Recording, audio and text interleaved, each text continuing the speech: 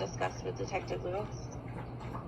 Yeah, so Detective Lewis said that he didn't come up with any sort of crime on this particular woman with you. I'm actually the subject of a large-scale, now it's become Black Lives Matter campaign of propaganda against me for a year and a half. I actually had to hire somebody.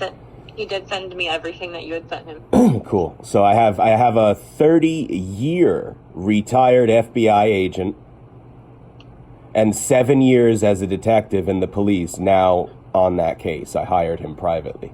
So it's real. But I did find out last night that this woman, Jessica Jackson in Las Cruces, who drove here with all this arsenal of weapons in her mouth that you saw the pictures and the videos of, that's not her name. So she gave a fake driver's license with the accurate address to the officer when she came to the police station here to file that ridiculous report on me. So that's not her real name. So now I have a restraining order against a fake name. I have to file a motion to have it amended. But I thought, is there anything there that she drove all the way here to the police station, gave them a fake name, was shining a gun laser on their sign and showing police shootout videos? I mean, does any of this add up to strange behavior that's criminal? It's not criminal behavior. And I mean, I discussed this at great lengths with the detective. You do have the First Amendment right to talk about whatever you want on the internet, but why? Like, you're getting to the point where you're agitating people and causing them to start making threats against you, and nothing that they say on the internet is criminal. So the majority of the stuff that he sent me, none of that is criminal behavior. No, I understand. Now, but she making a false report to law enforcement is a misdemeanor. With a fake ID, it's still a misdemeanor? That would be concealing identity, which is still a misdemeanor. Okay. And so, at most, she's got 2 misdemeanors, and in all honesty, you would have to prove that it was a false report. And so, that's a beyond the reasonable doubt standard that she made a false report. And none of the stuff that she said on the internet would be admissible in court. Yeah, but, I mean, her ID is false, so it's a false report if she's saying that's her name. No, that's not necessarily true. Under the law, a false report is saying that you're actually reporting a crime, which did not occur.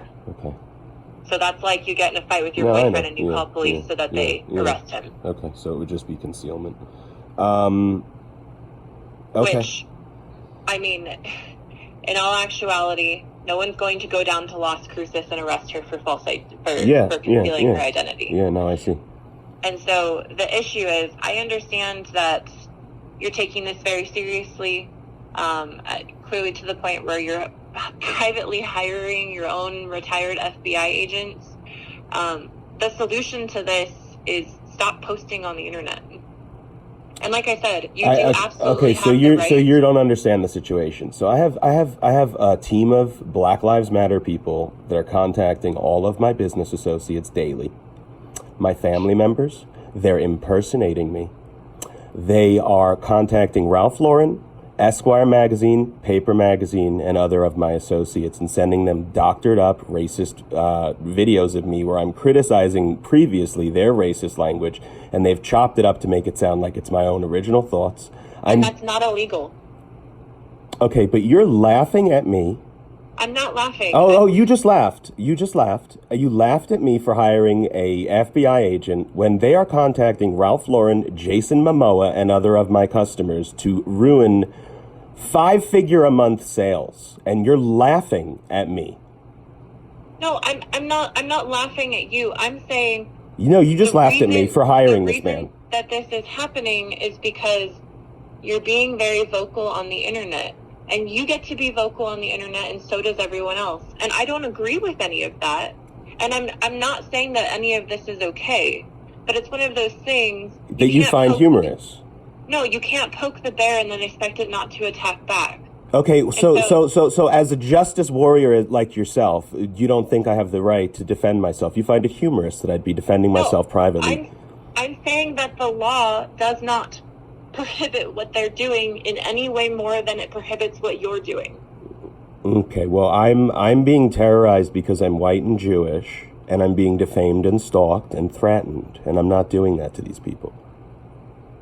Okay, but what I'm saying, the law does not protect people from saying things on the internet just because you don't like what they're saying. They don't like what you're saying, and it's not illegal what you're saying. Okay, but I'm not creating a campaign of defamation and harassment because of their race and their ethnicity. And if you can legitimately show in a civil court of law that you have received damages as a result of that, then you can go forward on a defamation trial. You can go forward on slander, on things of that nature, but it's not criminal behavior. So harassment on the internet isn't criminal?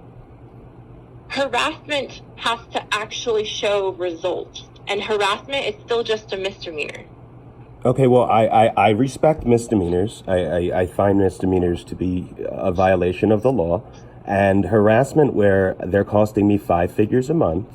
And harassment with monetary damages is a civil matter, not criminal. Okay, just because there's monetary damages doesn't mean that it was not criminal.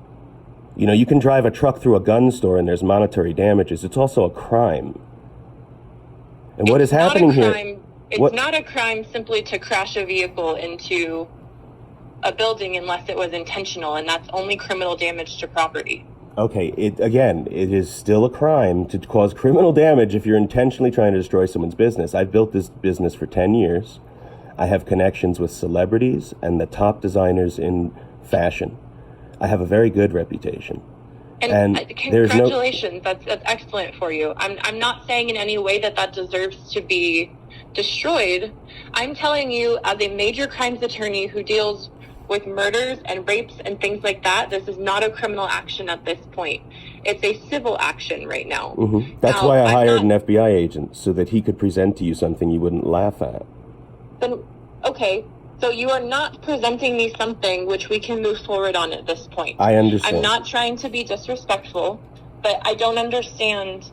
I spoke to the detective, I reviewed everything you had sent him, and I instructed him that we did not have any legal standing to move forward. I believe you, and I'm trying to find you one, which is why I paid this guy, so that he could find you something on somebody else named Kevin Hite, who's the mastermind of creating a propaganda campaign for 1.5 years to destroy myself and my business. And I hired someone.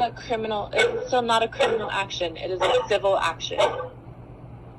Well, his job is to find the criminal aspects of it. Well, and you know what, though? I mean, if you think that you have such a solid case for them affecting your business, why not file civil charges and see if they stop? I haven't ruled that out at all. I'm absolutely doing that. I have attorneys working on that. That's not something I'm not working on. I've been working on that extensively. He's working lockstep with those people. I'd like him to work lockstep with you. Explain to me why you're calling a district attorney right now. Well, I wanted to understand from you what your perspective on this woman driving here with an arsenal of weapons and making a video with police shootout and laser on the police sign and a fake ID was, and you just don't think it's criminal, or you think it's negligible, basically. I wanted to get your feeling on that. It is not illegal to drive around with a bunch of guns or any types of weapons. In your mouth. Unless...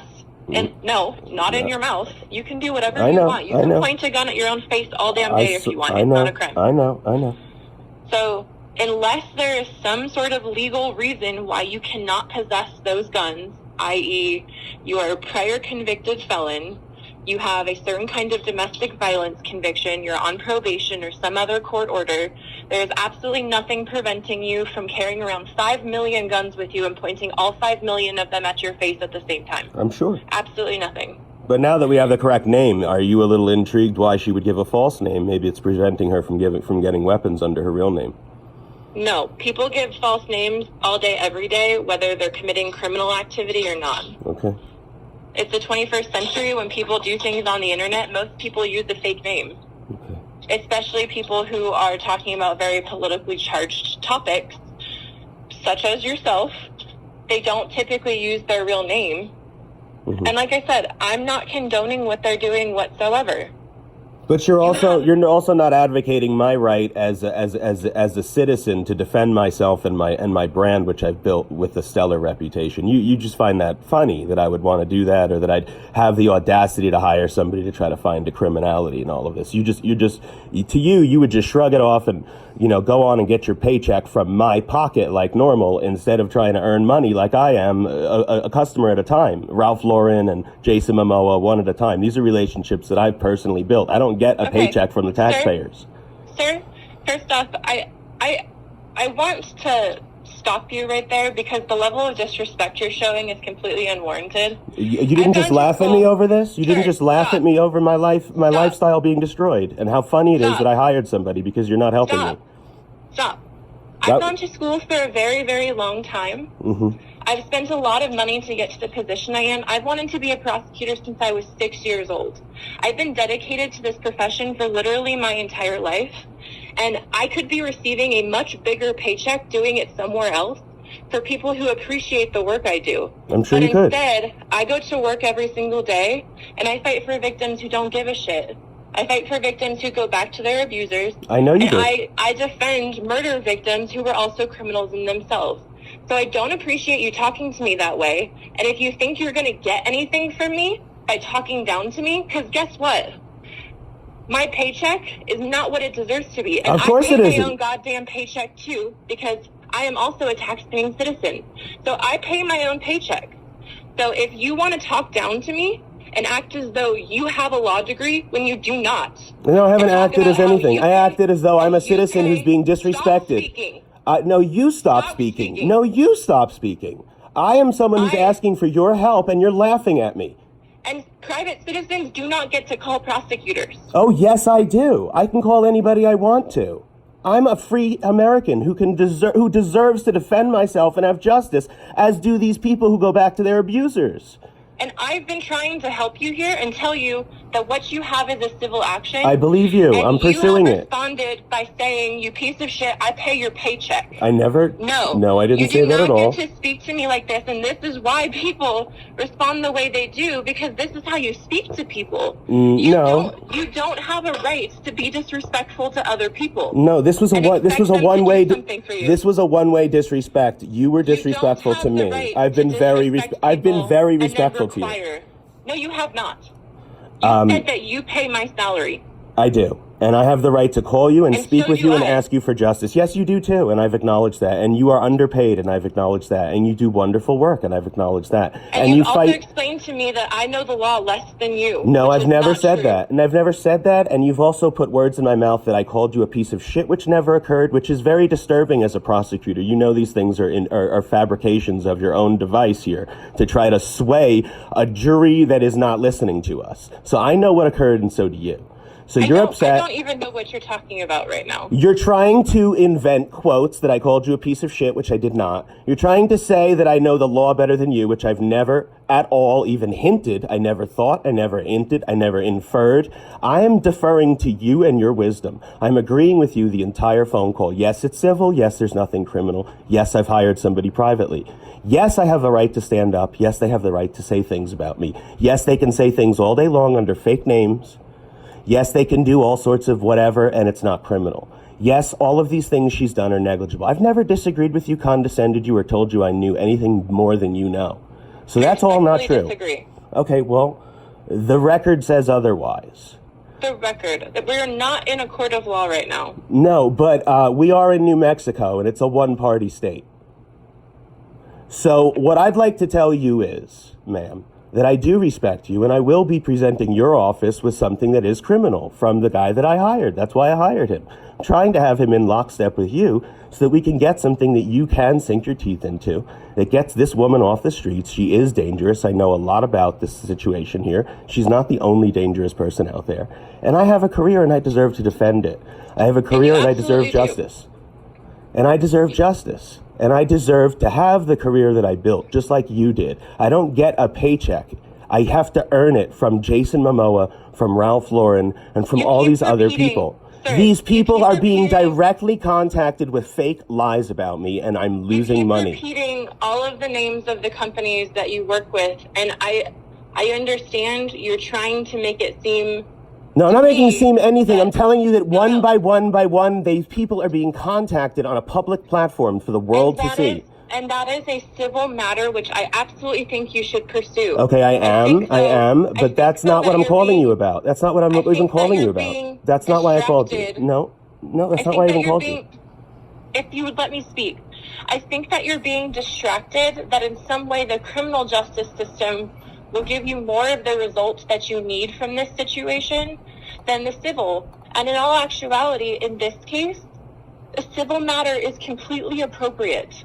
It is, and I'm pursuing it, but there's also criminal angles, which is why I hired a criminal FBI guy. I have civil people and I have criminal people. There's a lot of money at stake here, which is what I'm not trying to drop names. I'm trying to tell you that on a public scale, my paycheck is being impacted. It's not a private thing. You have brought up Jason Momoa and Ralph Lauren 7 times already. I've counted. And what does that mean to you when I tell you? What is your interpretation if you're counting those names? What does that mean to you? Because when I say it, trying to bolster your company and tell me how great your company is. Okay, that's okay. And it does not matter if you make $5 million a day to me. That's not why I'm telling you. Or if you make $5. That's not why I'm telling you that. Every single person deserves the same amount of justice to me. I work in Albuquerque, New Mexico. Most of my victims are poor. Yeah, I don't give a shit how much money people make. Okay, I'm not doing it. Well, your interpretation of and why you're counting it is not why I'm telling it to you. Why I'm telling it to you is because those are the ways that this person is putting on a public platform my name. He's attaching it to those people's names. And he's saying, this guy's a racist. Everybody in Ralph Lauren, everybody that knows Jason Momoa. He literally went to every Jason Momoa fan page and associated my name with Jason Momoa as Jason Momoa buys things from a racist. So what I'm telling you is you discreetly get your paycheck. My paycheck is attached now to some propaganda campaign with fucking Jason Momoa on it. So I'm not trying to impress you. I'm trying to tell you that there is real legs to this propaganda campaign. Sir, my first question is going to be, and the first question that's going to be in a juror's mind, if any of these cases would ever go in front of a jury, is once they started impacting your business, did you stop posting all of these Black Lives Matters type things on the internet? Or did you continue? That would be the first question. In your mind, or whose mind would that be? I asked a question. Yeah, but whose mind would that be in? Because it doesn't. Did you stop? Yes. Really? Mm-hmm. Can you prove that you stopped posting all politically charged messages after this activity that you're saying happened that is affecting your business began? Correct. Can you prove that you did not post anything? Because I have posts that I have independently found since the things that you sent the detective. Yes. You just lied to me. No. Originally, when this happened, I didn't lie to you. You just said yes. You stopped posting and said you could prove it, and now you're backtracking. No, that is a lie. Excuse you. I'm answering your question. What happened was a year and a half ago when this impacted my business, I did stop, and it continued to impact it so much I had to get back on the internet to defend myself. That is the truth, and that is exactly what I just told you. So don't make me into a liar. That is not a liar. That is not a lie. A year and a half ago when this impacted my business. That is the definition of what perjury would be if I had asked you that question on the stand. You just asked me if I stopped when it began to impact my business. A year and a half ago it impacted my business, and I stopped. After it didn't work, that I stopped for months of them continuing to destroy my business, I got back on the internet to defend myself. That is the truth. You did not stop. There are still posts from after your business started to be affected where you got back onto the internet. Momentarily stopping does not answer my question. I asked, are there posts from after this started affecting your business? And you said no. Then you backtracked and said, yes, I stopped, but then when that didn't work, I started posting What would again. be this line of questioning? What is the reasoning behind this line of questioning? Why would it matter if I have a freedom of speech to express myself about what they're doing to me? If you are a primary aggressor in situations... I'm not a primary aggressor. I'm not a primary aggressor. I'm defending myself. Do you know what the legal term primary aggressor means? No, because I don't know more than the law than you do. Exactly. So that's what I'm telling you. If you are a person, like if someone is stalking you and you keep poking the bear, you don't get to claim that they're stalking you. Okay. Because if you keep reaching out and making contact, then you are encouraging the harassment. Okay. And so you actually lose a legal basis for harassment and other things of that nature because you have continued it. Now, if you had gotten off the internet completely, completely removed yourself off social media, and I'm not saying you had an obligation to do this, but I'm saying you have a much stronger argument if you had just stopped talking to these people, got off the internet, kept your political beliefs to yourself, because guess what? I have a lot of political beliefs and I don't post a single goddamn one of them on the internet. I'm sure. Because it's not always appropriate, especially when you don't necessarily agree with what's going on in politics. Sometimes it's better just to keep your mouth shut. And it doesn't mean that legally you don't have the right to No, I say understand. whatever you want. I totally understand. My point is it's out of control, and putting my head in the sand is not going to stop it. I have to hire people now. I have to hire civil. I have to hire private investigators. And it's not funny. It's a lot of money, and it's big orders. It's like, it's like $5,000, $10,000, $20,000 customers. They disappear per order. But what I'm telling you, if when this first started happening, you had just went quiet, people get bored. No, they didn't though. That's my answer to your question. It was months, and no, they were still doing it. That's my point. But then you came back, which is exactly what they wanted. Okay, well, I'm also defending myself and a career that I built, and I have nobody else helping me, and nobody was stopping them. While you have the right to do that, think about that as a juror. It doesn't look good. And do you really want all of the comments you've put on the internet in front of a jury? No, because I read some of the stuff you've posted, and no. I'm not saying you don't have the legal right to do everything that you've done. I'm not saying that you shouldn't take these threats seriously. What I'm saying is, get off the internet, focus on yourself, file civil actions, and if things continue to escalate, then look into it. But you're searching for something that's not there right now. I believe you. You're trying to encourage them to do more so that you do have criminal acts against them. And if you encourage them to do something more, it's not going to come off well in front of a jury. Okay, I believe you. And that's why I'm calling you, is because it's a complicated situation. I've hired people that I want to work with you to try to find something criminal. And if you don't think that there's in a million years any way that there could be anything criminal because I am so much of an aggressor, then, that's an important conversation to have. And I want you to know, I am not the prosecutor on your case. I was the on-call major crimes attorney when the detective called me. This is not my decision moving forward, whether or not there's a case. It's not my decision on the law. I was just the on-call attorney when the detective called to see if there was anything, because he didn't believe that there was any criminal action. He sent everything to me. He sent me the restraining order you had against Jessica, Jackson. Is it Jessica Jackson? That's what she said her name was, yeah. He sent me the restraining order because you had told him that the judge specifically said that she could not mention you in social media posts, which I said is not possible because they don't do that. Well, did you see his motion? Okay. You saw his motion. I read the restraining order, and it does not say, every restraining order says that they cannot contact the protected party by any means. That does not mean you can't talk about the protected party. But it does say that she can't threaten me. And when I did a motion and I asked, can you please have her stop threatening me on the internet with guns, he wrote back, that's already covered. When he wrote back, that's already covered, that's why I had him send it up to you. Because if it's already covered and I'm specifically asking him a point blank question, can you have her stop threatening me with guns on the internet? Because a threat to you would be a form of contact. But talking about you on the internet is not a threat to you. There are differences. A threat has to be conveyed to the person in order for it to be a threat. Well, it was conveyed to me directly. I guess you didn't hear those.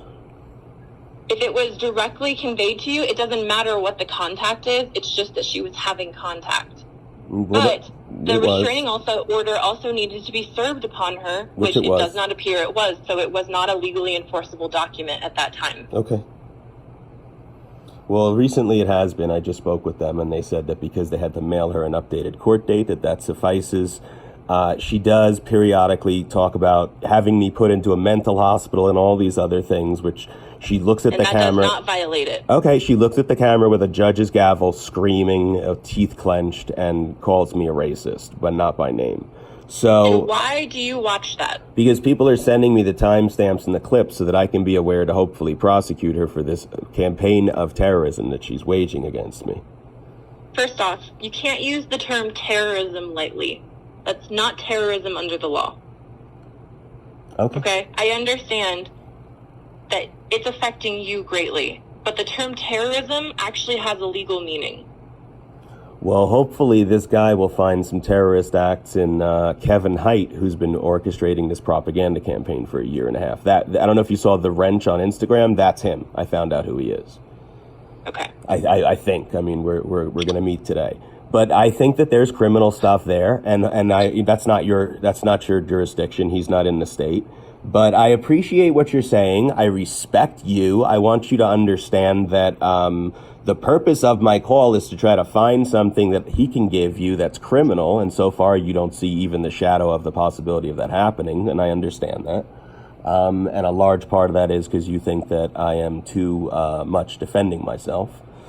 So I appreciate it. I am someone who's trying to earn my paycheck one relationship at a time, and I don't appreciate it being attached to these big names all over Instagram and Facebook with me as a racist as the byline.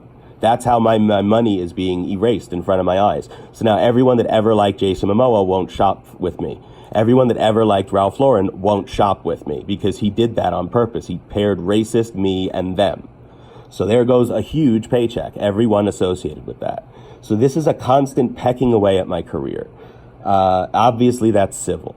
But I do believe that there is some sort of a racial element here. And I'm surprised that you haven't mentioned or seen that there is a white Jewish person here that's being victimized with anti-Semitic and anti-white stuff. Okay, I'm going to be totally honest. You might be able to make that argument with the Jewish aspect of things, but I'm white too. You can't make any type of a racial argument for being white, and that's just the nature of our country. Mm-hmm. You cannot be racist against white people in this country, and there is no such thing as a hate crime against white people. Okay. I have not read anything specifically that talks about you being Jewish, but if you can prove that people are intentionally targeting you because you're Jewish. Yeah, I have all sorts of tapes and writings and clips and things. Some of that was included and given to you. There's one that's even entitled Anti-Semitic Clip. That's fine. I'm not going to pretend like I read every single I'm sure. Thing. Mm-hmm, mm-hmm. Some of it was anti-Semitic. That's one of the things Black Lives Matter does. But here's the thing. You chose to get involved in a race war. And so, of course, people are going to respond with racist comments. Do you really think I'm a blonde-haired, blue-eyed, 6-foot-tall white woman? Do you really think if I start talking about Black Lives Matters that African Americans aren't going to start talking about how I can't be a part of the conversation because I'm white? No, I don't get to claim that they're being racist against me. You got into a discussion about race, and now people are throwing it back at you. So you don't get to claim a type of hate crime for that. Well, I am not. I'm not in a fight that you're not really a part of. Okay. Well, actually, I am getting involved in my life and defending my reputation. No, that's not the argument I'm talking about. I'm talking about all of your posts about Black Lives Matters. Just stay out of it. That's not my advice as a prosecutor. That's my advice as a human being. The fact that you have been so politically vocal about things is getting you in trouble. So just stop. And like I said, this is me telling you as a private individual, just get off social media for personal reasons. I have to defend myself now. No, you don't. Oh, I don't. Well, is that someone who is earning their money every day, getting up at 5 a.m. and trying to find customers, or is that someone who gets a paycheck no matter what they do? I have to make my money every day. I have to make my money every day. I can't let them destroy my brand. I have to make my money every day. My money is my brand on the internet. We have now been discussing this for 30 minutes. My brand is the internet, and it's not a check. My brand is the internet. I have to stay on the internet. But this is a civil matter. Okay. If your private investigator comes up with something, provide it to the detective that you've been working with. No, I won't. Actually, I reported him to Internal Affairs for his commentary that was despicable to me. Okay. Then call the police and file a report with the information that your detective receives once you believe that you have enough information. If that officer believes that there is enough evidence to pursue a case, He will submit it to our office as a non-arrest case, and then one of our attorneys will review the case and determine whether or not there are charges to move forward with. Okay. But right now, your conversations need to be with law enforcement, not with the district attorney's office. We do not review cases until there is a police report. I know that. They're gonna. Because I am not a personal attorney who gives legal advice. I totally know that, and I appreciate every word you've said. I respect every word you said, and I will do most of the things that you've advised. But I don't think you realize that I am on the internet. It's the only way I get paid. My reputation is what's Googled. I mean, that is how people find me. I just, in the last 2 days, did 2 customers. It was $2,000. I don't know them. They Googled me. Okay? One was in Japan and one was in California. I don't know these people. So I can't just hide my head in the sand and get a paycheck. It doesn't work that way. I have to be on the internet to earn this money and to create, stuff on the internet. That's how I'm making money. I'm not saying you can't use the internet. I'm saying get off of it for personal reasons. Stop checking these people's social medias. Stop responding to their social medias. Focus on your business and ignore what they're doing. I think that your focus is, I have to fix what they're doing to my business, but your focus should just be on moving forward. Because right now, every single time that you respond to what they're saying, every single time you engage with what they're saying, every single time you watch what they're posting about you, they're winning. And if that's what you want, if you want them to be successful in this little childish campaign that they're running, then keep doing it. But if you want to move past it, they will get bored. And I know you say they won't, but they will, because people don't keep engaging with someone who's not engaging back. It's not fun for them. And so I'm not saying completely devoid yourself of the internet, because I realize that's not possible, especially with the pandemic and things of that nature. I'm saying get off for personal reasons. Don't watch what they're sending. Have your private investigator watch all of these things so he's aware of it. But don't watch all of their stuff. Don't respond to anything. And don't post anything with your business that would in some way be a response to what they're saying. Because they are succeeding in exactly what they want to do by you responding. And you think I have no recourse criminally as a campaign of Jewish anti-Semitic terrorism or harassment or anything? There's no recourse there, federally or state or anything, because this is an organized campaign of Black Lives Matter people in Toronto, in America, all over the place. Well, you don't have jurisdiction in New Mexico if these people are on the internet in all different countries. So if you want to pursue something federally, but we wouldn't have jurisdiction over that. Okay. So even though the crime happens here, there's no. The crime doesn't happen here. The crime happens on the internet. The crime happens where the victim is, I thought. Not necessarily. The internet is a strange thing. The venue of a crime can either be where it begins or where it ends. And because the internet, you can be in a million places at once.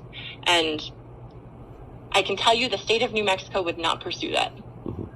Okay. And I can also tell you, because of the political kind of just terrain right now, there's no way our office is taking a case like this. Mm-hmm. So your office basically wouldn't take anything Black Lives Matter related? No, I'm saying this particular case. Unless there is actual legitimate threats against your life, no. Okay. Because these are misdemeanor charges. Yeah.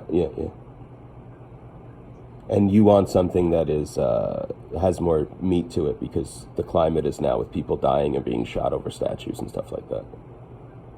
I'm not saying we want something with more meat over it. I'm not trying to make a political statement. I'm saying... No, I'm not saying that. I'm just saying for your time is obviously more valuable, and there are people dying in the streets over statues. So this is a misdemeanor, and it's not going to be enough to get your attention. Is that basically what you're saying? No, I'm not saying it's not enough to get our attention. I'm saying that a concealing identity charge from someone who lives out of county is not something even law enforcement is going to pursue. Do you realize how much money it would take to go and arrest her? Yeah, I'm sure. No, I'm not. Believe me, I understand. But what I'm looking at is the bigger picture. I actually didn't hire this man for her. I hired this man for this campaign of anti-Semitism. which he saw right away. I mean, I sent him like 8 different examples in the last month. So there's something to it, and it is organized. So he was very interested because this is actually something he's done for the FBI.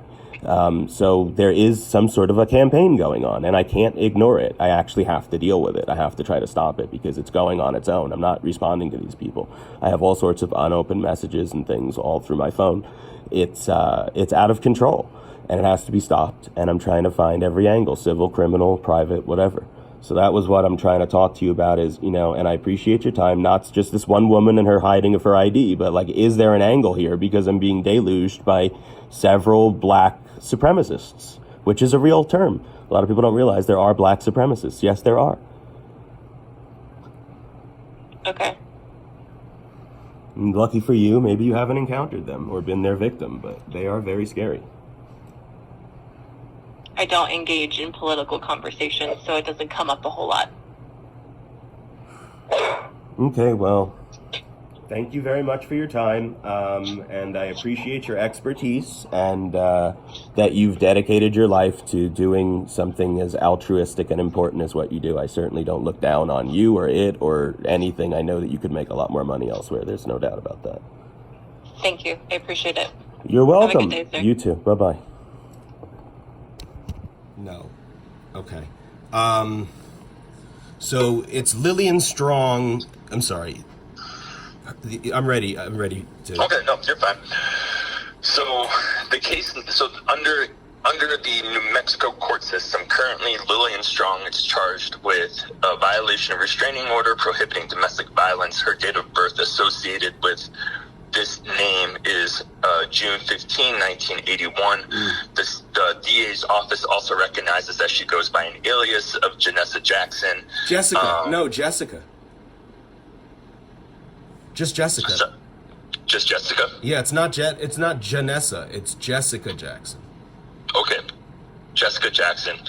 And she goes by the same date of birth under that. And the same address. She gave it to the police. She gave it to the courts. It's crazy. Okay. She is currently represented by a defense attorney named Maria Padilla. And you mentioned March 30th as a date. That was the original date for her bond arraignment. Because she has a private defense attorney, what her defense attorney did was she submitted a waiver of appearance to the court indicating that the defense attorney spoke with her client, informing her of the charge and possible penalties. She entered a plea of not guilty, and so that this case is now set for a pretrial conference in April. And what a pretrial conference is, sir, it is an opportunity for the judge to hear what evidence or what discovery specifically the state has turned over to defense counsel. So that would be such things as police reports, lapel videos, which is what Albuquerque Police Department has on their body, right, to record the incident. The copy of the restraining order, which is in effect. You are the petitioner, she is the respondent. It's effective until December 3rd, 2022, along with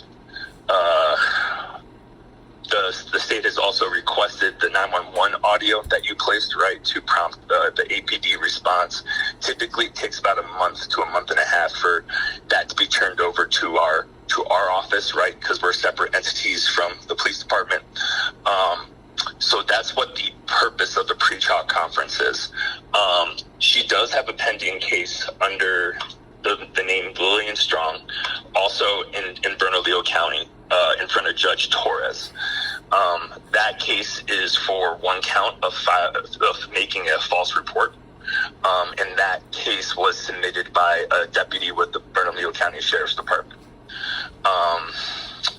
So that is the information I have. I have a pretty lengthy police report that was actually written pretty well by Joseph Gumbel. He's awesome.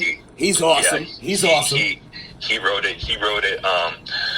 One of the better, if not one of the best, domestic violence police reports I've read over.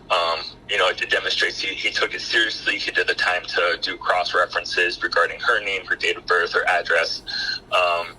he made his own determination. He spoke with supervisors, so like he did a really good job creating the foundation for this case. Have you ever been a witness in a case in the county of Bernalillo for any other criminal matter? I've never had any criminal anything. I've never had a speeding ticket even. No, nothing whatsoever. Okay. Not a witness, So, not a defendant, not a anything. I have no experience in the courts whatsoever. So let me kind of walk you through then how cases progress in this county. Because you may have relatives who've been witnesses or victims. No. Let Let me give you a background on who I am. I like that you have a very Irish name. I'm assuming it's Irish, right? Yeah, it's very Irish. Yep. Okay, yeah. So I'm from New York. I'm a New York Jew, and I'm from New Jersey, and my mom's a New Jersey Jew, so we have that in common already. Okay, cool. So I want to tell you, before you get into what you're saying with the rudimentary protocol, there is so much we need to talk about, and your time is very valuable and limited. And I have to tell you some stuff really quickly. So I have torts against the judges in this case, 4 of them, including the chief judge, who sits on the Civil Rights Council for the state. When I asked him to please look into civil rights violations regarding this case, he sent back a threat on stationery. You follow me so far? So you sent a request to the chief judge. I sent a 12-page formal civil rights complaint to a man who happens to sit on the state's civil rights board, who is the board that recommended the loss of qualified immunity for people like himself, which is rather ironic. So when I submitted a 12-page civil rights complaint to him formally telling him what is happening in this case, and it's horrendous, he wrote back a threat on stationery. Now, not only did I put 4 torts on these judges and a 5th on the clerk, but it is so well nailed down with evidence that I was able to get the State of New Mexico Workforce's Civil Rights Division to look into it, which they are, and they thought I was a civil rights attorney. Now, when I have my guy there, Mr. Romero, I can't remember his first name, Romero talked to me, listened to me tell my story about what these judges did to me and why I have torts on them for an hour and a half. And when I finished, his first question was, what is your legal background? And I said, I don't have one. And he said, I've been doing multi-line adjustment and civil rights complaints and insurance claims for the state of New Mexico for over 25 years, and you're as good as any civil rights attorney I've ever spoken to. I would have thought you had a degree. So I just want to give you that introduction to why this case is sealed. Sorry, are you referring to the torts as it being sealed? No, my case with Lillian Strong, the domestic violence order, was sealed, and I want you to hear the reason why. Okay. You're not gonna pardon my French, you're not gonna fucking believe what the judge wrote down when she sealed it. First of all, there's about 9 steps to officially seal a case. For overriding interest, you have to make certain, procedural. She did none of them. That's number 1. So it should not be sealed because she did none of the things to seal it properly. She didn't say who could look at the case. She didn't say when the case would be unsealed. She didn't establish an overriding interest. She did about none of the 9 things. And in her own words, she said she was sealing the case. I cannot believe she wrote this down. She said she's sealing the case, quote, because misconduct has been alleged and, quote, for the safety of the court. That is why she sealed the case. That is nuts. So first of all, if you were to hear the recordings that I have, which I would love to give you, you will hear that this woman has committed perjury, forgery, and all sorts of other felonies in these courts with fake names. They have allowed her to do un-e-signed documents with an alias. They have known the whole time that the Las Cruces police determined who she was. Gumbel determined who she was. The Las Cruces courts ruled who she was, and they will not adjust the name on the restraining order to be Lillian Strong. They have ordered a temporary restraining order against me. They have put hearings for me being in contempt of this temporary restraining order. The whole time I am trying to get them to do things like, how about you get her guns? She has 42 machine guns with long scope laser rifles that she's showing the sealed documents on her show, laughing about that it's sealed, laughing that you've ordered her 3 times to turn the guns over, and then she has a whole monologue about how she's running away to Mexico to avoid prosecution. What, could you please do something about this, Judge? And they keep penalizing me. The judge has ordered me to come in person for every hearing because, quote, both identities have been in question from the beginning. Both parties' identities have been in question from the beginning of this case. So the court sees fit to have the plaintiff only show up in person at this set time while the assailant can keep all of her dozens of guns they've ordered for 3 different months in a row to turn over. She can keep her guns with her expressed laser long sight capabilities. She can sit in her car on Zoom and shoot my ass at a designated time that I'm supposed to show up in person because my identity was in question. If you start looking into this and you hear the things the judges did, for example, I have one judge who mocked me on the bench and said, "Oh, I heard what you said, Mr. Pollack. You said, oh, I'm afraid, I'm scared, oh, is this serious? I heard you, Mr. Pollack." I said, "You're making fun of the victim on the bench. That's cute." He also gave extended legal advice twice to the assailant, unsolicited, and there were all sorts of other things that occurred. Judge Deborah Ramirez did a ruling that said all 10 motions had been heard one day and not one motion had been heard. When I wrote back, this is a fraudulent document, there was absolutely no motions heard, she fucking recused herself.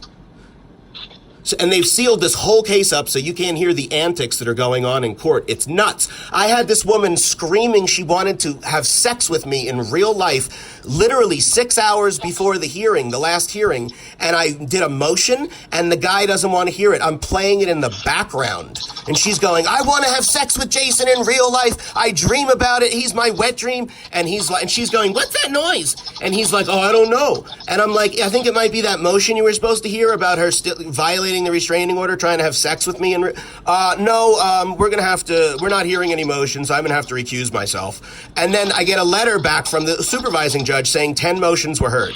That's Deborah Ramirez. So I have a tort on her.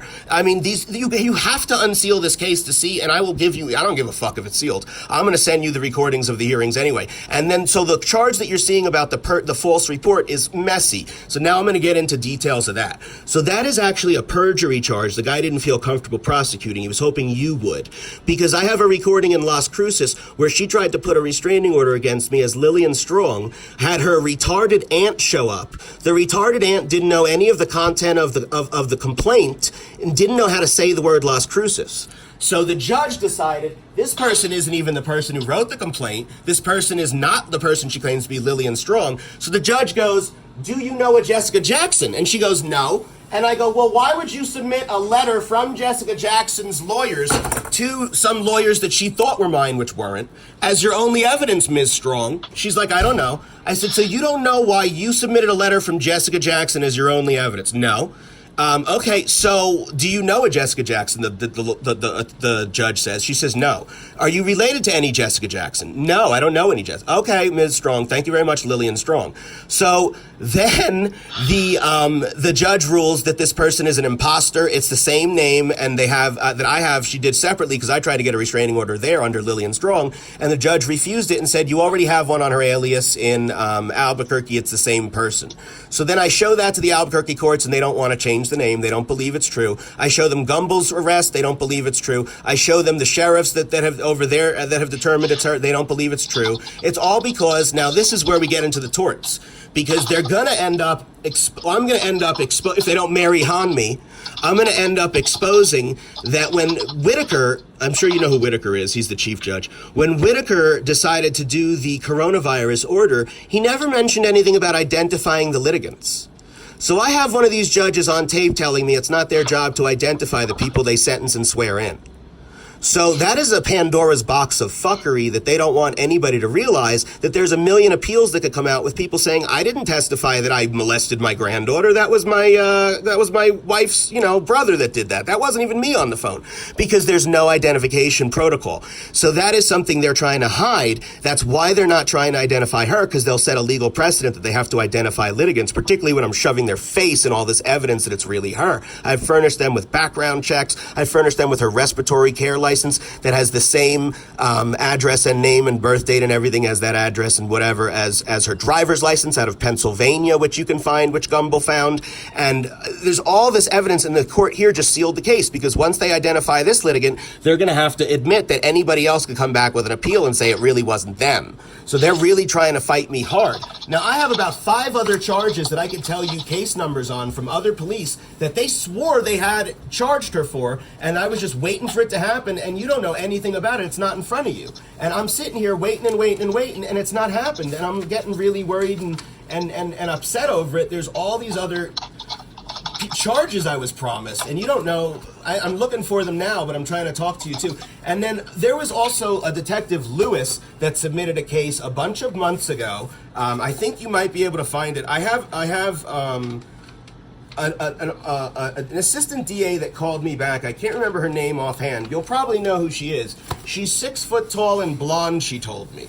Now, she told me that because she was 6 foot blonde, she would never get involved with any black people that didn't like white people and were terrorizing them on social media, and that what I need to do is get off of social media and just walk away. And this is not anything that this office, your office, wants to prosecute, because it's politically a hot potato. Now, I was told this by one of your assistant DAs when I tried to get this woman charged before. I have this woman entering 3 different people's names in the court system with the same handwriting. 3 different signatures, 3 different people's names, and the same handwriting. I consider that perjury. I have this woman, which is what you're looking at a charge for with that false report. I have this woman in Las Cruces saying she's Lillian Strong, she doesn't know a Jessica Jackson. And then I have Jessica Jackson in Albuquerque on tape, which is what he was talking about if you look at that case. He heard her on tape saying, my relative is Lillian Strong is a victim, and I'm Jessica Jackson. And then I have Lillian under oath elsewhere saying, I don't know any Jessica Jackson, I have no relatives named Jessica Jackson. So which lie is the truth? Somebody's fucking lying here. And why is no judge caring? So all this stuff, I could go on and on and on, but I'm very concerned that I spent a lot of time getting charges, and I have an 8-inch thick binder here. I'm trying to find my handwritten notes on which charges came from which cops, because I have them somewhere, and they're not in the charges for Lillian folder for some reason. And I wanted you to follow through on all of those, because those are separate charges that cops felt strongly enough in every case, and I have them all recorded on the phone telling me this, to prosecute her on. And there were, I believe, 4 others in addition to what you have. I'm so mad. I'm going to shut up now. I hear you, and I appreciate you kind of walking me through. It sounds like at least the last year, if not longer, that this has been going on, and so I appreciate you helping me understand the broader context of things, because you're correct. I don't have any information out of Las Cruces, and so I wanted, you are correct in that statement, and you were also correct that I don't see anything on the civil side regarding issues in Las Cruces. And so I got case numbers. You want to look them up? I got case numbers in front of me. I really am upset I can't find these handwritten notes about what charges, and I'm gonna find them. But if you want the Las Cruces rulings, so let me. I have like a little checklist that I need to get through in terms of what information I need to convey to you at this time. Totally, sorry. Yeah, the being a witness. And then being a witness.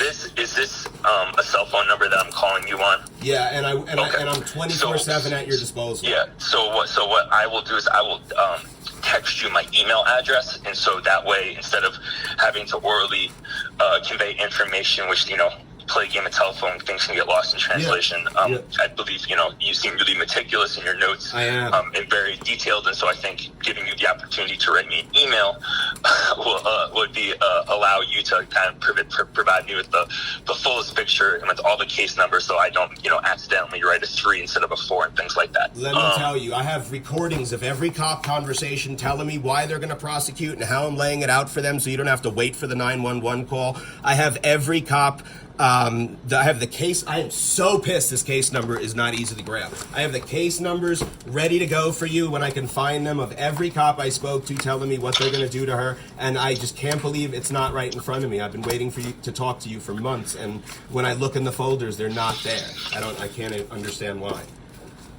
Okay. And so, and I obviously, before today, I've never spoken with you, but I can hear that you're frustrated, and my goal is to, I don't mean to, when I explain things to you, right, like clearly you're not a lawyer per se, but obviously you're sophisticated and educated enough to navigate the judicial system in New Mexico so far, right? So You can keep it quick. You can keep it quick. You can pretend like I'm a lawyer pretty much. I don't know. Don't use too much legalese, but you can be quick. You can be New Jersey with me. I'm quick. Okay. So the thing currently is that in the state of New Mexico, she does have 2 pending criminal cases, but I do not see any additional criminal cases pending out of any other jurisdiction besides Bernalillo County. In New Mexico, specifically in the 2nd Judicial District, which is Bernalillo, there is the state is obligated to make available any witness, whether it's an officer, a nurse, right, anybody who's participating in the state's case, available to be interviewed by the defense attorney prior to trial. This is not a deposition. This is a recorded interview because New Mexico is a very friendly defendant state, right? This doesn't happen in New York City where, Queens County DA's office can turn over a witness list 2 days before trial. That's not the way it works here. And so I will need to schedule a pretrial interview between you and Miss Maria Padilla, the defense attorney, at some time in the future. Sure. I'm not going to do that today because I would like to have myself fully aware of all things right going on before, so I can better anticipate questions she may ask you, and also kind of give you more of a succinct explanation for what the purpose of the pretrial interview is in terms of like specific questions she may ask and what the consequences of your answers are. So, but that's not the point of today's conversation. The point of today's conversation is for me to introduce myself to you, and then also just try to get just kind of a better understanding of what's happening, because again, Officer Gumble did really do a good job in writing the police report, but obviously there's more to convey than just there are documents up the wazoo of handwriting allegedly by Jessica Jackson. There are non-e-signature motions and things. Please, I am begging you, unseal this case, and at first glance, your eyes are going to cross. You're going to be like, what the hell is going on here? Do you live in Las Cruces, or is only her, and you're just been driving down to Las Cruces for essentially the court hearings? I've never been to Las Cruces. It's all been internet. Okay. So one thing is, I have no jurisdiction over any criminal activity that she's been doing in Las Cruces. My only jurisdiction applies so far is to the county of Bernalillo. Well, I understand. And so any type of false statements she's making to the court, any type of perjury, forgery. It's all here. All of that is here. Okay, so let me back up and you can help me explain to me where I'm going wrong. So my understanding is that you had multiple court hearings telephonically in Las Cruces, where her address currently is listed for TROs, right? And she was pretending to be someone else. She has sent unsigned documents. There have been judges that have been causing problems, right, in terms of disrespecting you, not taking you seriously. No. They're straight up breaking the law. This isn't a matter of disrespect. I mean, mimicking me is, tortious, but I'm talking about straight up serious civil rights and legal violations, like real laws being broken.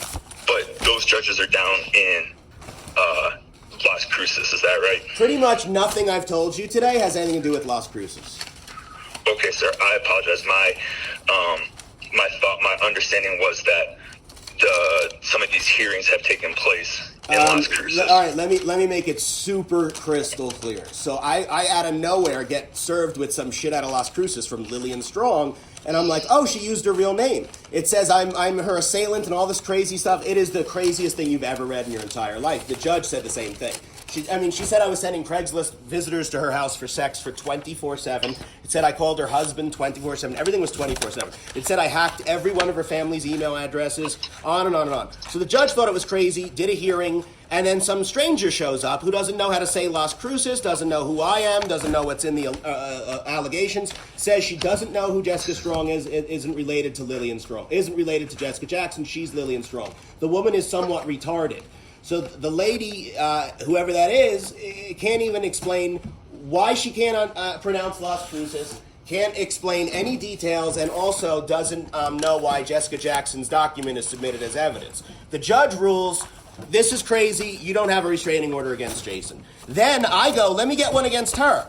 One hearing shows up and it says, no, you don't have any restraining order you can get on Lillian Strong in Las Cruces because you have one on her alias elsewhere. The end, I'm done with Las Cruces. That's the only part of this story in Las Cruces. So yeah, did she do some fake shit there? Yeah, but for the bulk of everything, it's all here. Okay.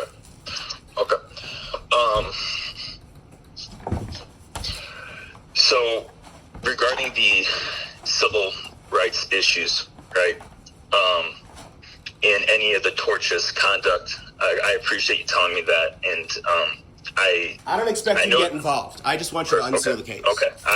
I just to be clear, right? Yeah, I got you. This ain't your bad. It's not your bad. I know. No. Unseal the case.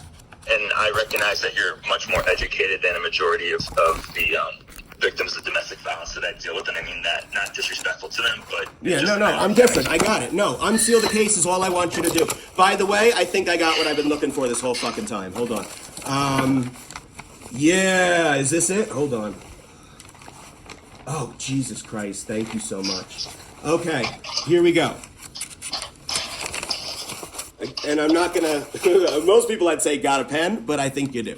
So it's AP 210012 Slow down. 12 336. The date is 2/15/21. Okay. And let me see. The officer name is Chris Vaughn. His badge number is 5296. Okay. Now, it was out of the Northeast substation, and it's APD. Now, you got to write it's APD because some of these are not APD. Well, you know it's AP, you know the number. And it's at least a misdemeanor, possibly felony, is what he told me. I, of course, have the recording of it. And that's one charge I was promised. Another one. Sorry to interrupt. Do you know what the charge was for? Violation of restraining order. Okay. I don't have it written down here, but I'm pretty sure. Because the goal was, Gumble told me, he said, build up a pattern of these, get her on as many as you can in a row. And I had like 5 in a week, and you only know of 1. So imagine how I feel. It was like nonstop day and night calling. So now I have 2/16/21 is another date. The report CAD number is 210471129. That's 210471129. Oh no, sorry, that's for my landlord breaking into my house. Oh shit.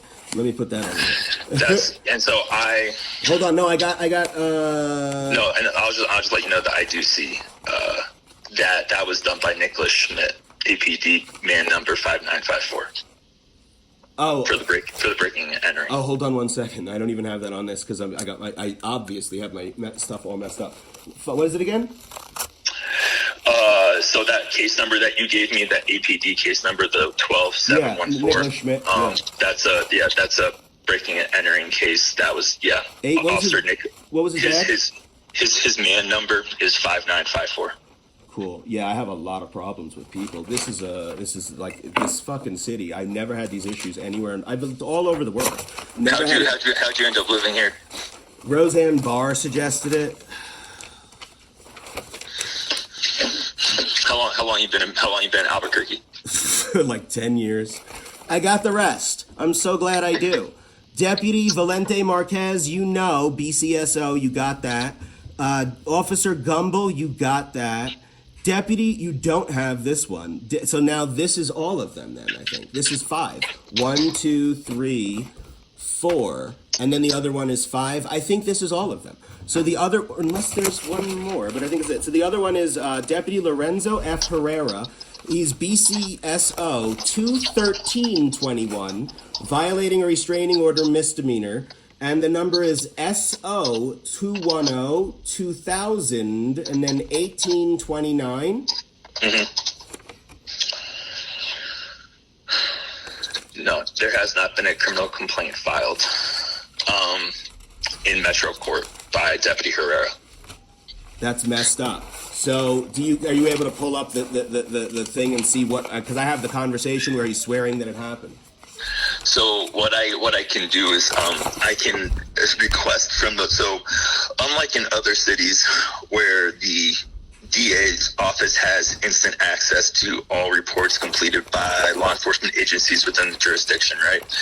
Where like I could see basically in real time when they enter in a new police report, like a supplemental report. That's not how it is in Bernalillo County because of the long history of divide between the prosecutor's office and law enforcement. And so I have to request from the specific agency a copy of the police report, which I will do. It was done. It says here on 2/13/21, we spoke at about 3:30 a.m.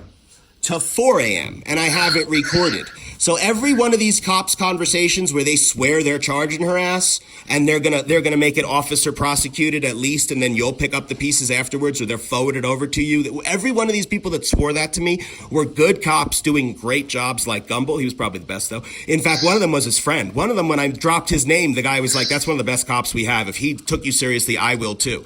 And what I'm concerned about is that they promised me this and it just disappeared. So I've given you, I think, a lot of information, but if it's not enough and you want to hear the phone calls, I can get them for you in 2 seconds. No, that's okay. And you might be able to tell us, like, I'm a paper type of guy. Okay. Maybe I'm just old school in that way. So what I'll do is I'm gonna go request all these reports. I'm gonna text you my email address so you can if you want to I guess convey Here's what I want to do first and foremost, if you have the time. I want you to hear every recorded hearing, which is there's only 3 of them, I think. There's one in Las Cruces, which you need to hear with the woman who's an actress who showed up and she's getting grilled. You need to hear that. And you need to hear the judge's reaction and the questions, and then you need to contrast it with what went on here, where she's swearing that you know she's not that person and they're related and all this crazy shit. I want you to hear what I've been living through in the court systems, how the judges have behaved, so that you can unseal this case. You have to unseal it. You have to unseal it. It's all I'm not asking you to do anything other than get in there and look at everything. But I know they're going to play games with you. That's why I want to give you the recordings now so you can hear them. But when you see what I've been living through just through the court, just in the court, just to hear the spoken parts from the judge and from her, and I sound like the only sane person. It's crazy. And then I have all these motions that she's put in with fake name that you can charge her for. I literally have, I think, like 20 or 30 documents where she said she's Jessica Jackson with a typed name. She's not signed, or she's hand-signed it, or whatever it is. But it's not properly e-signed, and if she hand-signed it, it's a forged name. The whole thing is forgery. The whole thing is perjury. And then every testimony she's ever given where she's identifying herself and swearing herself in as an alias, each one of those things should be charged. And I keep putting motions in, take her guns. You said that she should give her guns. Why aren't you arresting her? You watching her do perjury or watching her do forgery, change the name on the thing. Charge her for perjury, charge her for forgery, charge her for contempt. And if you look at what they write back to me, they have refused every single one or put them forward for the future where I have to come in person at a certain date and time and she could sit in her car with her guns on Zoom. Because, quote, both identities have always been in question of both parties. They're fucking lying. And they said that they sealed the court case because, quote, misconduct has been alleged and for the, quote, safety of the court. What? That's not an overriding interest. That's exactly why a case should be unsealed. So if you want to provide me with those recordings are you able to send them via email? Totally. Either like in a zip? They're on YouTube right now. Okay, so I think because there's just so much information, and I want to be as correct in my understanding of the sequence of events and all the different aspects of the defendant's conduct, right? Because clearly it goes beyond just the factual basis of Officer Gumbo's police report, right? So the reason I got a 2-year restraining order was I have an hour and 21-minute video that's still on YouTube that was used as evidence. It was the only video I submitted. This woman is on a green screen inside my home. She bought a green screen, looked up the real estate photos of my home, and is in my living room pointing on the inside lock on my door. She's pointing in my backyard, at my backyard, on my porch, screaming all these threats at me. This is after I had a restraining order, and I have tape of all this. She's rolling around giving fellatio to guns, talking sexual to me. She's pointing laser rifles. She has 2 machine guns per duffel bag. I have all this I can send you, and the judges and the cops are all like, she's cutting her knife with a Bowie knife. She's cutting her neck with a Bowie knife, threatening me. It's nuts. Is this the video that's titled Albuquerque NM Racist Stalks Black People? No, that's under the subscriber iBabe. No, this is that's different. No, what you're talking about there is propaganda that she's putting up to defame, terrorize, and harass me, which she's been doing forever, for a year. I'm just putting together some of the most egregious clips of her with guns, knives, and in my home and stuff as evidence of why I need a restraining order. I cut to the chase for the law people like you. So I can give you that. That's how I got the 2-year restraining order, was that hour and 21-minute terrorizing video of a year of crazy shit. And then I can show you what she's done since the orders have been written. Like it's a sealed order and she's showing you the order and mocking how she still has her guns on camera. Or she's threatening me on a green screen on camera and in my home. And all these things I'm asking, please hit her for contempt. Please hit her for violating the restraining order. Somebody, something. And the judges won't do it. So I want you to unseal the case just so you can see all of this and be like, all these are crimes that should have been prosecuted by the judges who won't prosecute them. You can then prosecute them. Okay, so I'm gonna text you my email address.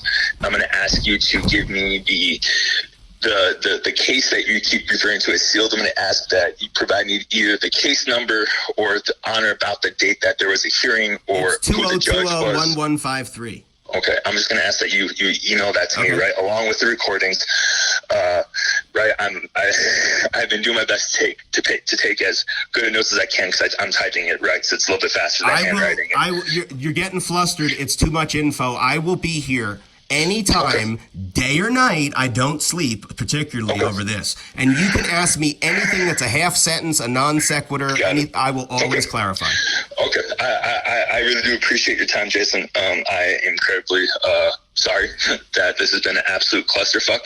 I'm happy at least that Officer Gumbo did a great job writing a report. They all did. When you pull the others, I bet you they all did, because any one of those guys that I recorded and wrote down, I was swearing they were going to do what they swore, and they really took care. And you'll be impressed. You'll have a lot of paper in front of you that you'll like when you did it. That sounds good to me, Jason. So I'm gonna get off the phone now. I'm gonna start making sure that my notes are good from myself and for my supervisors, right? Because obviously there are some, when it comes to unsealing cases, right, and dealing with judges who are substantially above my pay grade, right, I'm always going to have to loop in my supervisors just to make sure that. Okay, well, tell your supervisor that in the email coming from Jason is a motion where Jason detailed why the case was improperly sealed. So you all can review all the details right there and be like, look, she didn't hit you. I know what you're looking for. I did it already. I really do appreciate that, Jason. Thank you again for the time. I recognize, and I obviously when I can't say, I think saying I understand is pretty much bullshit. Because clearly, you will. No, I'm just saying, like, in terms of how you are currently been affected by this, but like I hear you, and so I appreciate you walking me through this. And so I'll send you I'm gonna text you my email ASAP, and then I can also, when I receive your email, I will text you letting you know that I've received it. That way, that way there was no like miscommunication in me providing you the email or anything like that. What I'm gonna do is because I know people like you, and I'm not like you at all, but I know people like you. So people like you want to be able to search the email and find the thing again later, which I do also. But I want to be extra clear for you. So every email I send you, if you want to just write back received, one word, that's fine. Every single one is going to be titled with what is in it, and it's going to be a bunch of them so that you can sort through them as different documents in your inbox. I will save your emails as PDF and put it into my case file for you, right? That way, that way, for example, if I have a question for my boss, right? He then, instead of me having to play phone tag with him about talking to him about the case or forwarding the email, it's already there in the case file. Okay, so everything will be a separate conversation on each separate facet. Yes. Each one's saved as a separate PDF. But I will also have. So what I do is I have so we use Google at the DA's office, and so with Gmail, I just create a subfolder with the case number associated, and then I will put also all your emails into that case number folder. Cool. So no worries on me losing that. I just want me texting you back is just confirming that I received your initial email, so we're good to go going you forward. have to do received on everyone. Okay, cool. Yep. And then just before you go, I know you got other things to do. I believe me. I know. One thing I want you to do is dig up that Detective Lewis. Do you know? So I'm assuming he's APD. About August, I think it was about August, APD, Detective Lewis submitted a case on this woman to your assistant DA, who called me back and told me on a recorded phone line that she's 6'1" and blonde, and I should just get off the internet and not be speaking my mind, and I won't attract racists like this woman, and it is such a politically hot potato that your office wouldn't touch a case like this. When I explained to her that she tried to pull a fast one on me here, and that this is not appropriate, and I said, well, I don't think the record reflects that. She thought I was pretending to be a lawyer. She goes, what record? We're not in court. I said, well, lucky it's a one-party state, counselor. And she started crying.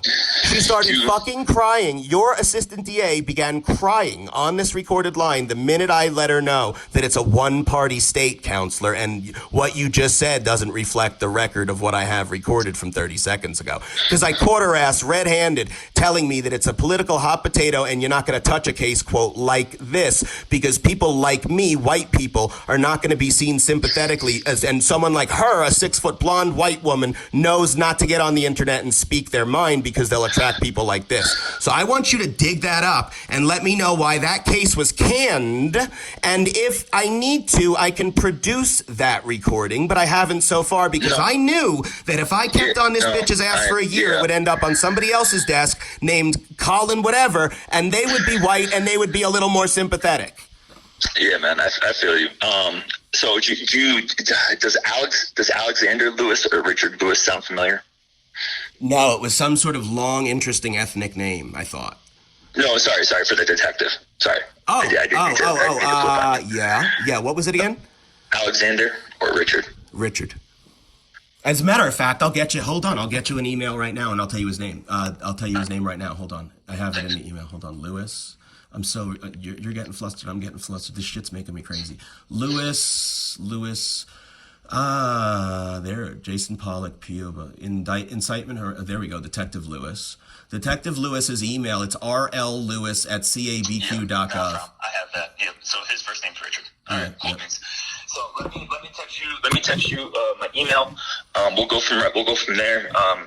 And I will begin to start requesting the police reports from BCSO and APD that I got from you today. But I will stay in touch. So again, just one more. So I know that we talked about the bond arraignment being essentially in the beginning of the conversation. That's true. We never went over what's happening on the 30th. Yeah. So the bond arraignment, what happens typically is when somebody hires a private attorney. I can't hear you. In this case, it's Maria Padilla. I can't hear you clearly. Sounds like your phone's covered. Sorry, hold on. Let me move in my apartment a little bit. So, okay. She was scheduled for a bond arraignment, and as you know, like, I imagine if you've ever seen Law and Order, right, like they just tell you what the charges and penalties are. I sat in on one that she had postponed for an hour and a half until they told me she postponed it. I saw how it went down with Ramirez. Okay, so her bond arraignment has been basically waived because the defense attorney submitted a document to the court saying, I talked to my client, I informed her of the charge and possible penalties, she enters the plea not guilty. So her next court appearance is not until the end of April. And that, again, is what I mentioned in the beginning of the phone conversation, which is a pretrial conference, which is the state essentially telling the judge what we've shared with defense counsel, right? So typically, there will be at least 2 pretrial conferences, because in this case, it takes us a while to get the 911 audio because it's in the state's possession technically, even though it's with APD and not the DA's office. And we will have to have a pretrial interview between you and Miss Padilla, who's the defense counsel, right? And I mentioned that at the beginning of the phone conversation, but I'm not going to schedule that until I have more of the information, right? Which is why we're going to start corresponding via email so that I can make sure that I have a full understanding. To be honest with you, I know how I have a small idea of how busy you are in a city like Albuquerque, and I don't think the 30th is the end of this. I don't know what the exact date is. I don't think the end of April is going to work in terms of you even getting everything you want and hearing. No, sir. So I'm sorry. I apologize. Let me back up a second. So in a misdemeanor case, the state of New Mexico has 182 days to prosecute an individual. Right. You got to do it. Basically, the inception of this case is late February, early March. Right. So the rule date is what we refer to it as is end of August, beginning of September, right? So in the court proceedings, typically there's at least 2 pretrial conferences, if not 3, where the state and defense tells the judge discovery is still in the process of being shared, or all of discovery has been shared. And then it goes to a status conference. A status conference is at the time where the state then, after speaking with the victim, conveys a plea offer for resolution. Because obviously 96.5% of cases in Bernalillo County are resolved via plea and not jury trials, because if there were jury trials for every domestic violence incident, that would be 4,500 and some odd numbers of jury trials in here, right? So, no, we have time. Cool. But again, my goal is to, before I have you be interviewed by the defense attorney. Correct. So I don't anticipate an interview being conducted until the end of April, if not May. Okay. Okay, cool. So Jason, I really do appreciate your time. Don't worry about taking my time up. If in the future, if you call, the only reason I don't pick up the phone is I'm in court. I'm on the phone with a cop or a victim or my boss. You know what I mean? Yeah. And so I will, if you send me a text being like, hey, I didn't leave you a voicemail, just give me a call back when you can. Even if it's at 8 p.m. at night, I'm like kind of like a anxious person to a degree, and I hate having shit on my to-do list that I don't cross off. You know what I mean? Yeah. So I will at least try to reach back out to you before I go to bed. Okay. That way, at least, I don't, have things pile up on me. So that's how I act, right? And so I really do appreciate the time. I find it kind of hilarious that we're both from New Jersey, New York City. My sister still lives in New York City. Well, these people don't find it very funny that I found out in 2 seconds that they've been trying people, swearing them in and sentencing them without identifying them. I hear you.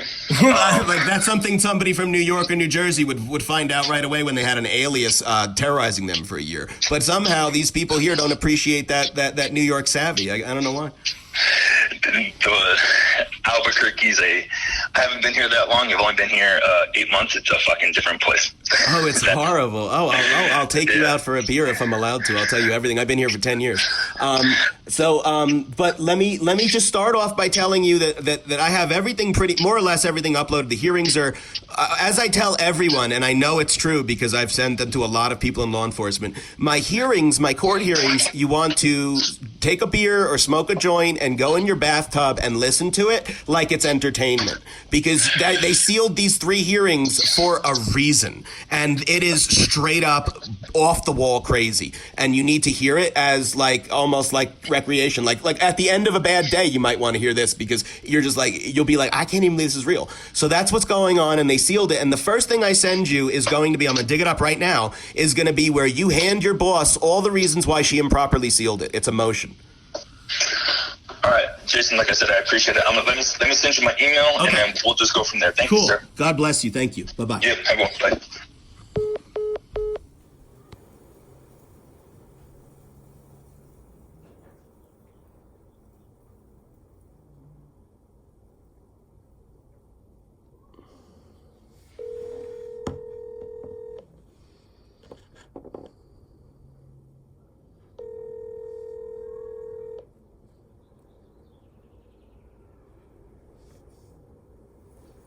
This is ADA Grand Common.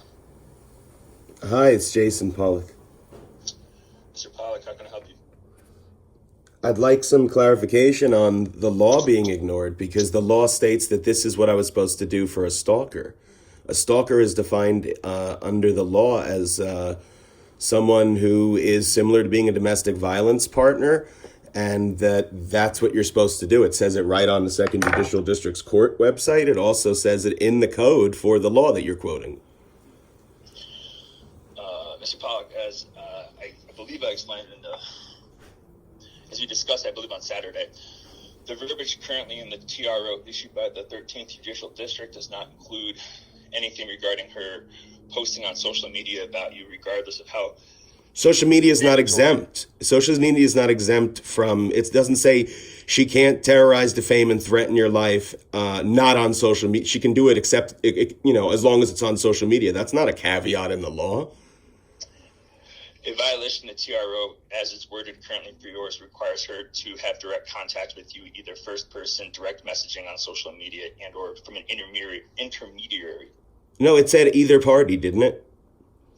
No, not. And the TRO that we talked about, the language you sent me in the email, which is not included in the TRO that the state has in its possession from the 13th Judicial District, does not make any reference to her posting about social media about you. So you don't have the temporary one in your possession because you haven't unsealed the case, right? I have a temporary one, but it's from the 13th Judicial District. Okay, but so the one that they used is from the Second Judicial District. So there is the wording you're talking about from the Second Judicial District, and I've sent it to you.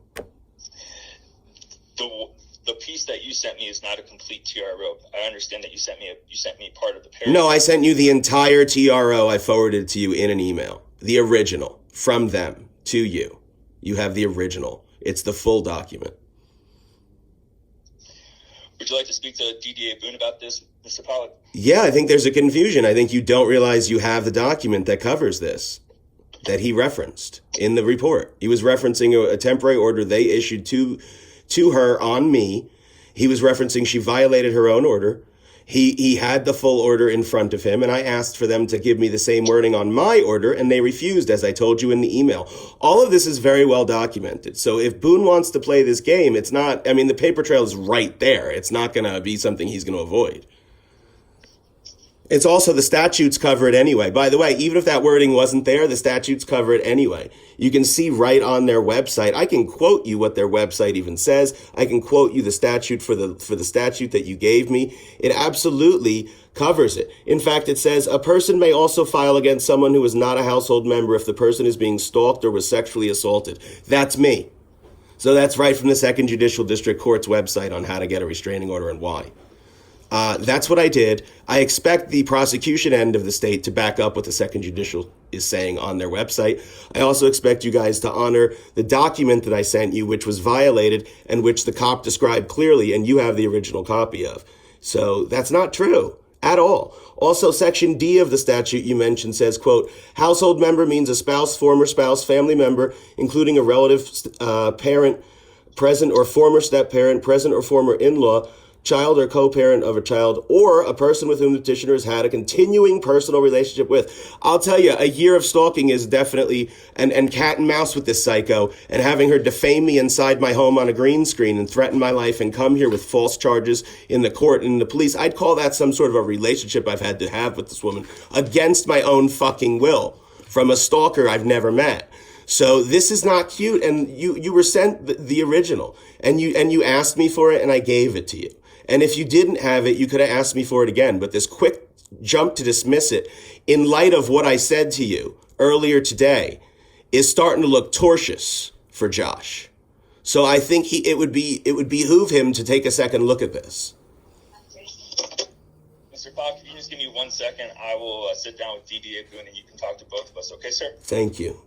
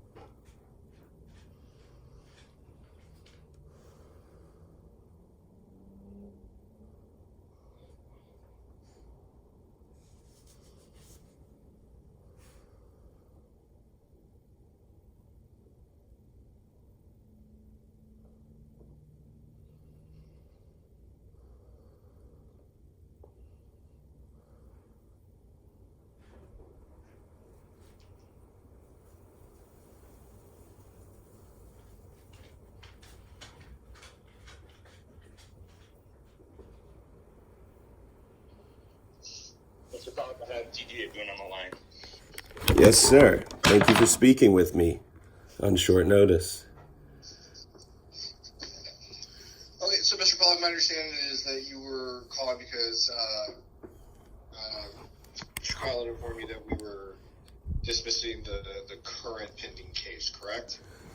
But there's other cases, there's other charges in this. First of all, this one charge is one of about 5 that the police expected you guys to charge her with and took reports on recommending charges for. And ever since I've been speaking with him, I've never heard anything about that. Jason, before you go, let me explain something to you. With the New Mexico, Bernalillo County specifically, is a police filing jurisdiction case, okay? What that means in layman terms is on misdemeanor level charges, specifically for violation of a restraining order charge, the officers will go out, investigate. They will ultimately make the decision on what charges to file. And then once it's filed in the court, it comes to us. We don't actually make the determination on that during the investigation portion. If we have information later, we can add to it. But we don't have any information otherwise to add to it at this time. So I interrupted you. Go ahead, sir. So there are numerous charges. There are numerous charges that are clearly described by the police, and they are numerous violations of the law. In fact, this woman has been ordered to turn over her guns for months and hasn't done it. And these are unregistered machine guns and handguns. Unsearched, what do you call it? It's an arsenal. It's over 40 weapons unregistered. And this woman has been ordered to turn them over officially numerous times, laughs and refuses to do it. She's threatened me throughout the entire case, and I don't understand why this woman is allowed to do this by now a year of DAs scuttling this case when things get a little tricky for them. I sent a lot of information. It overwhelmed Mr. Conlon, I'm sure, because a lot. But there was definitely the document that he referenced he didn't have, which is the restraining order the police referenced, which is the one telling anyone that looks at it that neither one of us can post about the other one on social media. Now, social media is not a caveat. A stalker in domestic violence or anything else is not allowed to threaten your life on social media, and you don't throw up your arms and say, well, it wasn't the phone, because these people go to jail every day for this in this state. So I know that social media is included and not an exception to the law. I also know that domestic violence is covering stalkers because it says so right on the Second Judicial District's court website, and I just quoted it for Mr. Conlon here, and he went and got you because the quote clearly says that stalking with strangers is covered by this, despite your reason for dismissing this. Also, the statute that he mentioned also mentions that you don't have to be living in the same house. There has to be some sort of a relationship, and there is clearly a stalking relationship against my will with this woman for a year. Mr. Conlon, the relationship that you're talking about, in order for this to be considered a DV, and I'll tell you right now, the reason my rationale for dismissing the matter is because I believe the court in Las Cruces was incorrect in their ruling. Las Cruces? This has nothing to do with Las Cruces, though. Where the restraining order was issued out. It was not issued in Las Cruces. What are you talking about? It was issued in everything is Albuquerque. So, and this is maybe where the disconnect is happening. I think so, because what he just said to me, I was like, what are you talking about? Now what you're saying, I'm like, what the hell? So the restraining order that we have, oh my God, is based out of Las Cruces. No. Look, you can tell me no all you want, but I'm telling you, I'm looking at it. The one that was originally issued was based out of Las Cruces. No, it was dismissed instantly. So it was dismissed in court. Let me tell you something, sir. No, I agree with you. Let me tell you something, sir. I think you both are very good people. So you just changed my mind. I think this is. I appreciate that you think I'm a good person. Yeah, I think this is a mistake. So let me clear it up real quick. No, I don't need you to clear it up for me. Okay. What I'm telling you is, based on the information that I have now. No, you've been given other information. You just haven't looked at it. That's what I'm clearing up for you. So now you are in possession of the appropriate restraining orders in Albuquerque, 2 of them. They were both referenced in the report you've been given to charge. That's first of all. You have the information in front of you. You were furnished the information in front of you. Okay, hold on, Mr. Pollock. Here's the other thing that I need you to understand. I can tell you where it is in the emails. I need you to understand something, though, okay? Based on my review of it, okay, these restraining orders do not fall under domestic violence, okay? They do not qualify under the Family Violence Protection Act. Therefore, my opinion, okay, is that these are civil restraining orders. What are these? You just told me it originated in Albuquerque, in Las Cruces, which it did not, and you said the only restraining order you have is out of Las Cruces. Now you're saying these. What do you mean these? Any restraining order between you and Miss Jackson or whatever other alias that she wants to go by, okay, is not covered under domestic violence, even though the court may caption it as a DV. It does not fall under domestic violence for purposes of the Family Violence Protection Act. Yes, it does. It says that we're not residing in the same house is allowed and that we have some sort of a relationship together is allowed. You need to have a legal household member definition relationship, which you do not have. I just read the legal household definition membership, and we do have it. The legal household definition. Hey, Mr. Pollock, reasonable minds can disagree. That's true, but you're moving the goalposts, sir. Because a minute ago it was based on an out of jurisdiction restraining order, and now suddenly there's these ubiquitous ones. I'm looking at it right here. It's a DV. So I don't have one. If there is one that was issued out of Albuquerque, which you were provided, your office has been provided, and you're claiming that you don't have it. Beyond that point, Mr. Pollock, okay. You're claiming you don't have it. If there was a restraining order that was issued out of the Second Judicial District Court, okay, it does not qualify as a domestic violence restraining order. I would kick the case based on that, because in my opinion, this is a civil restraining order matter, and it needs to be filed or any violation handled within the civil arena, not the criminal arena. So a person may also file against someone who is not a household member if the person is being stalked or is sexually harassed. That doesn't sound... Yeah, absolutely. You are completely entitled to file for a civil restraining order This is domestic violence, actually. This is what it says. It says, for more information on domestic violence order protection, click here.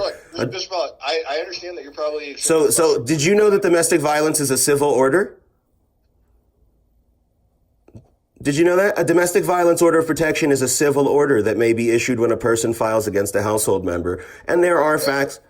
I totally agree with that. Okay, the problem is, when we get to the criminal arena, the violation of a restraining order for me has to be based off a domestic violence order. Which is what this is. This is. And I disagree with that. And so that's where we're going to disagree. So you're saying that you said you didn't have any domestic violence orders with the wording that I needed. That's what Mr. Conlon told me. That's not what we said, Mr. Pollock. That's actually what he said to me before he gave you the phone. Well, I don't know what that conversation had. Well, I'm going to bring you up to speed so that we're all on the same page, because the goalpost is moving here faster than I could write up a tort. Look, if you just want to call and yell at me... No, I want to discuss the facts with you, and you're moving the goalpost. I want to discuss the facts. That's not what's happening, Mr. Pollock.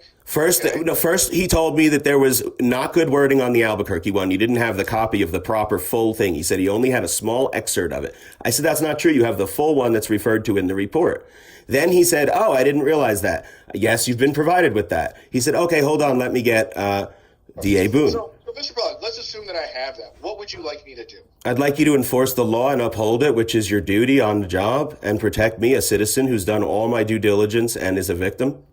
Okay, and if I disagree with your assessment on that, what would you like me to do? I would like you to explain to me how, in violation of the law and the facts you've been presented, that you've come up with these various excuses which don't really reflect reality. I'd like you to give me one that does. So I've given you my rational reasoning. You don't like it. No, it's in violation of the law and the statutes. It's in conflict. It's in conflict. Can I speak with D.A. Torrez to get his opinion? Because this is in conflict with the law and the statutes. Your opinion? Fine. I was gonna tell you, Mr. Pollock, my direct supervisor is either Carlo Martinez or the district attorney himself. Well, I think that they would look at this and realize that the statutes are covered. Would you like their contact information? No, I'd like them to contact me before I have to do something with a third party here. I'd like this to stay in your office, and I'd like it to be prosecuted. Well, are you aware that I was told by Christian Jablonski on the clock and on the job that this was a political hot potato a year ago, and your office would never prosecute it because she's black and I'm white? You know, I have that on tape. Do you know I have it on tape that she cried? She started crying. Hey, Mr. Pollock, I don't know what you had conversation with. I'll play it for you. She started crying when I told her that I had her on tape telling me what she just told me. She didn't realize I had it recorded. So your office is now on record twice telling me that this is somehow not something you'll prosecute. But when I ask why, the reasons don't match up with the law and the statutes and the evidence you've been presented by police and myself through great pains to my own life. So this is getting very suspicious to me, and I'd like him to contact me. What I'm going to do then is I will forward your concerns to my direct supervisor per your request, and I will request that they reach out to you, okay? I'm not requesting. That's fine. You can do what you wish to do. I'm requesting that you get D.A. Torrez to call me. That's exactly what I just said I would do. Okay. Well, your direct supervisor is, I thought you said, was one level below him. But either way, I'd like him to explain to me the rationale behind this moving goalpost we've discussed now, which started out as we don't have the full document from Albuquerque. Then it was we only have the one from Las Cruces. So, then it was if we have the ones. I'm not going to rehash everything about it. I will have. I was just summarizing the ridiculousness of your argument. I'm sorry. That's fine, Mr. Pollock. If you're going to just make insults at me, it's ridiculous. It's not an insult. I like you. I respect you. It's still ridiculous. I'm going to hang up. Okay. I'd like to discuss the merits of your argument with you then. Mr. Pollock, I don't want to discuss it anymore because you're not going to agree. And I don't care that you disagree with me. It's you don't want to agree or you don't want to have that understanding. So no, I'm reading the language of the law, and you're pretending like I'm not. You're not listening to what I'm saying. I will reach out to my supervisor. I will have them reach out to you if they wish. Now, what about the guns not being turned over, the fraud, the forgery, the perjury, the making all these court cases with a fake name, which you all determined is obviously crimes? So you've come across numerous crimes in the investigation of this, lots of crimes with guns, violent crime. Why are you guys walking away from all that again? So I don't believe that all of that was referred over to us. The only thing that was referred over to us was the violation of the restraining order. There's multiple reports that your very good assistant DA retrieved after I told him which they were. The police recommended numerous charges. Not only that, I have presented handwriting samples of forgery, perjury. I have also presented audio of forgery and perjury. I've also presented background information on this woman. It is very clear that this woman has been doing forgery and perjury at my expense for over a year, terrorizing me, and the courts and the police have not prosecuted her. All that information is presented to your office as part of this case, along with about 5 other police reports alleging crimes related to this case. I was told you guys didn't want to unseal the case because maybe because you're afraid. I don't know. We're going back down the rabbit hole again on It's this. not a rabbit hole. It's all these charges and crimes you guys are aware of. I'm wondering why you're not prosecuting Do them. you understand where I'm going to take, what the next step that I'm going to take is? Yes, but before you do that, I'm just curious why all these other criminal charges are being ignored and brushed under the rug. Because you came across them in your investigation, and I'm just wondering why those aren't of any concern either. Particularly the false name and the perjury and forgery and the guns and all that. So again, I will let that go to a different day. Right now. Oh, well, hopefully I survive the next day. Hopefully I'll survive and she won't kill me with one of her lasers. You know, she has the same gun that this guy in Colorado used for the mass shooting. She was pulling it out of a brand new box, licking it in bed, threatening me. On video. You have that video. Not that you saw it. Okay. All right. Thank you for that information, Mr. Pollack. I appreciate your time. We'll go from there, okay? So when will I be hearing back from DA Torrez?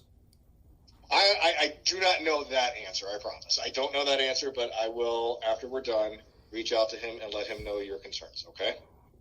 I hope so. I'm very upset about this. My life is at stake right now again, and I put that squarely on your shoulders. Thank you. I appreciate that. Well, I'm glad you take some responsibility. Okay. Thank you. We'll speak again later. Bye. Bye-bye.